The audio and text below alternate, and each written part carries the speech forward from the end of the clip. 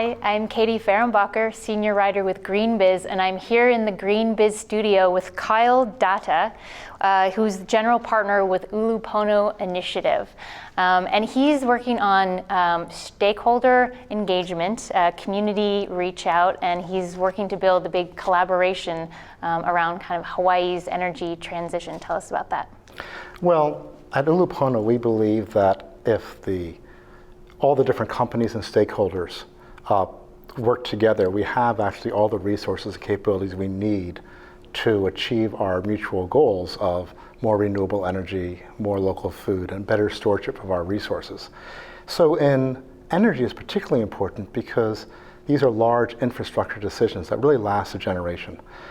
So what we've done is bring together the utility, the gas company, the environmental groups, policy groups like ourselves and investors like ourselves, the renewable power companies, to really sit down and talk and understand where do we agree, where do we disagree, and for what reasons, and then allow the regulators and the policymakers then to adjudicate just those areas of disagreement, but start and find our common ground first.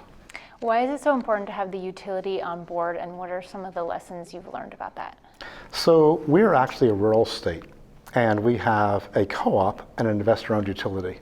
The co-op is largely aligned with its customers because they are the owners, but the investor-owned utility has to answer to its shareholders. And in the world of renewables and the distributed energy future, the actions that we want to take together are actually costing them a lot of profit. And so they have to find a way to change how we write the rules that are applicable for rural states like ourselves so the utility can move through this transition and still be profitable and still attract the capital it needs from the capital markets to build the grid side of the infrastructure. And we're very excited that the Public Utility Commission has just opened a exploration on this topic, which I think all the stakeholders who are participating in will probably last 2 years. But if we find the answer here in the small little state, it will really apply to the other rural states in the country, which are actually more numerous than the large coastal states. And how does resiliency play into all of this?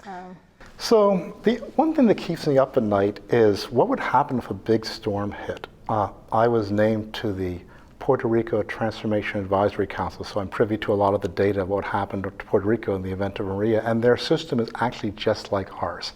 Oil-fired system, heavy vegetation, and as you know, they lost power for some time, and there's tremendous death and suffering. And it can happen here if we don't use the next phase of grid modernization to really think about how do we develop microgrids to turn the system back on, how do we think about resilience rather than just reliability. And we also have to think about sea level rise, and should we actually move some infrastructure to higher ground, literally retreat, which is, I think, an issue we have as an island. All right, well, thank you so much for joining us in GreenBiz Studio. We really appreciate it. My pleasure, Katie. Thank you for having me.